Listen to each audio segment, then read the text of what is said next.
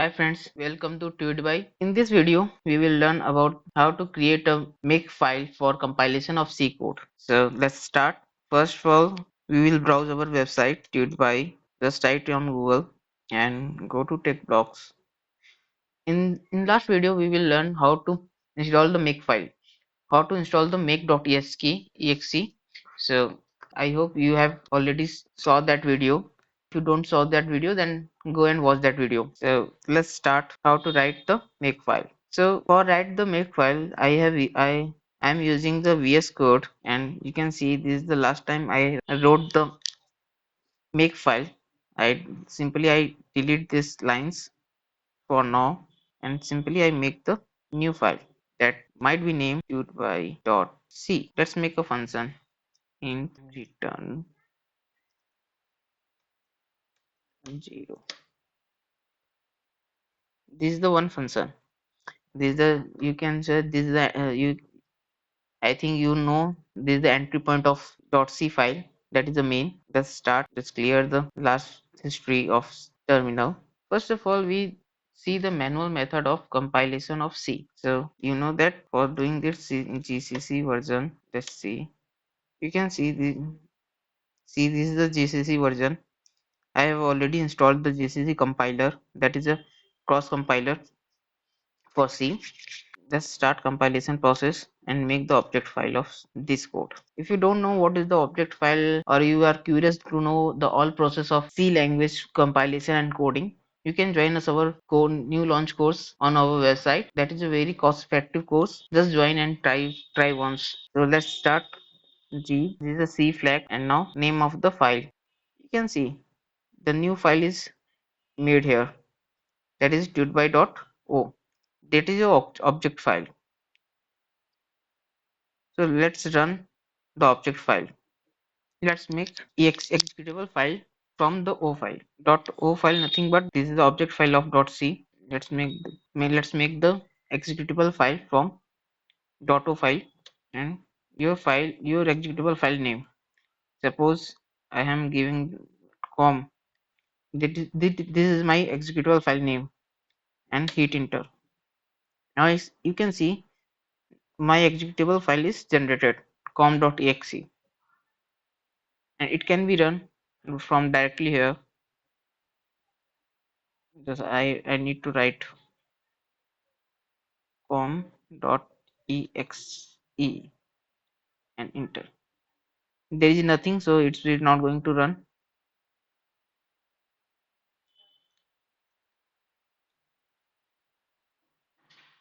Okay, so let's clear the screen.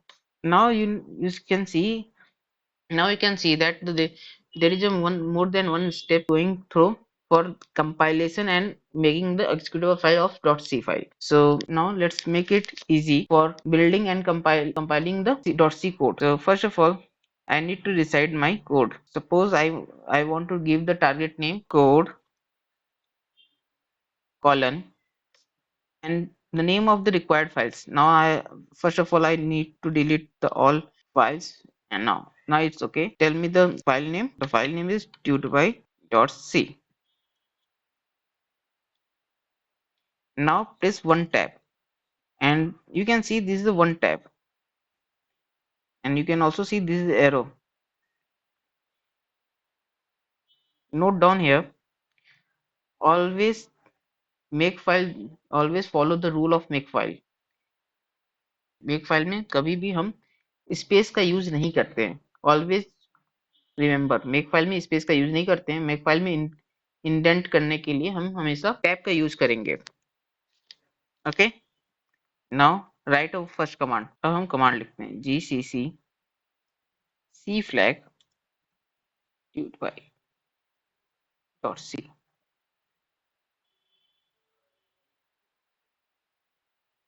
And save. आप देख सकते हो ये सिंगल कोड है. Let's make the file.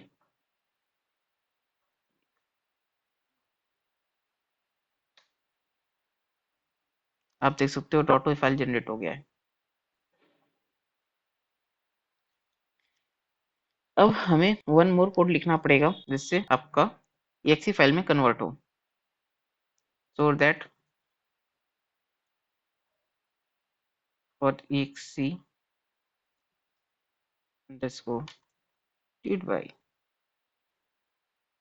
dot o gcc slash gcc by dot o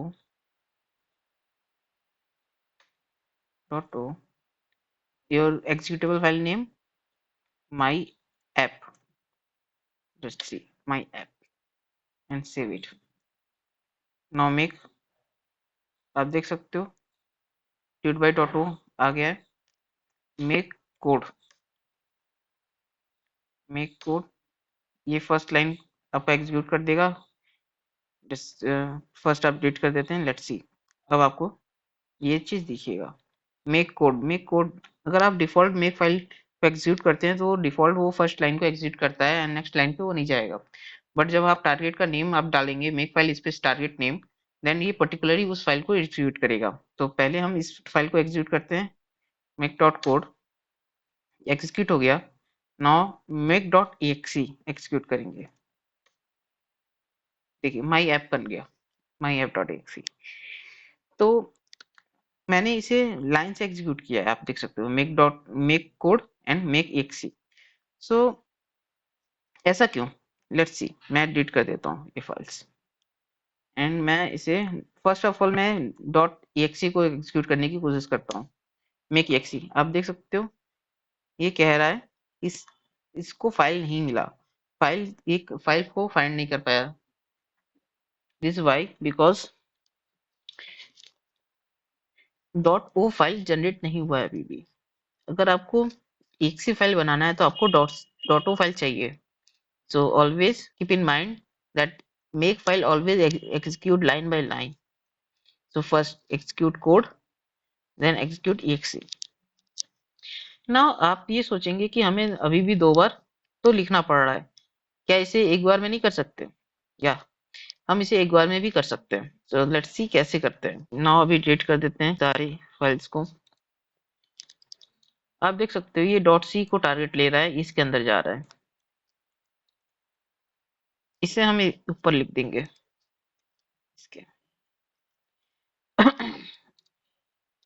now इसे my app बनाना है और ये ट्यूड बाई डॉट ओ को खोजेगा फर्स्ट ऑफ ऑल डायरेक्टरी में।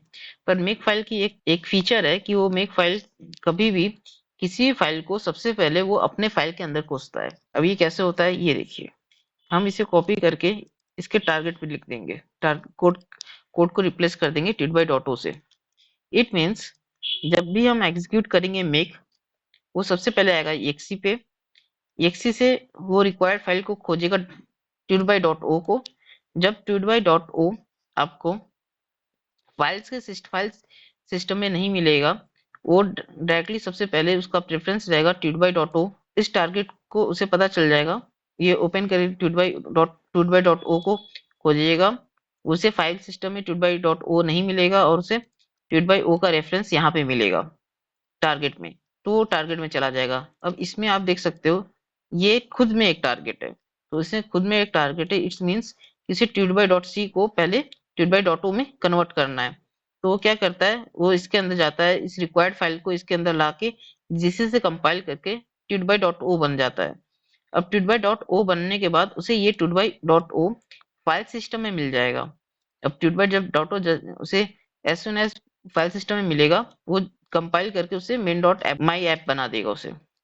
मेक आपको डायरेक्टली मेक कॉल करना है क्योंकि आप जानते हो मेक कॉल करते ही ये फर्स्ट लाइन ऑफ कोड को एग्जीक्यूट करता है, फर्स्ट टारगेट को एग्जीक्यूट करेगा। देखिए आपका सिंगल मेक लाइन ये पूरा इसको कोड को कंपाइल कर देता है। पर अगर फाइल्स बने हुए रहेंगे तो वो वापस से रीबिल्ड नहीं करेगा फाइल्स को। सो आपको डिलीट करना पड़ेगा हर बार फाइल्स। और नेक्स्ट लेक्चर में हम लोग ये भी देखेंगे, आने वाले लेक्चर्स में ये भी देखेंगे किस तरह से कमांड के थ्रू ही क्लीन भी कर सकते हैं और न्यू फाइल बिल्ड भी कर सकते हैं। जितने बार भी बिल्ड होगा ये पुराने फाइल्स को क्लीन करता रहेगा। इवन हम लोग देखेंगे कि किस तरह से एक पूरा प्रोजेक्ट फाइल्स को बिल्ड करते हैं। एक प्रोफेशनल वे में and for information regarding this tutorial you can comment me down, and also you can join our upcoming course regarding the C language for beginner. You can join that course. That is the very cost effective course, and also you don't need any previous coding experience. हम लोग वहाँ उस course में zero scratch level से start करेंगे, zero level से start करेंगे, और उसमें जितने भी कोडिंग के एक्सपेक्ट्स है सारे स्टेप बाय स्टेप क्लियर करेंगे। थैंक यू दोस्तों।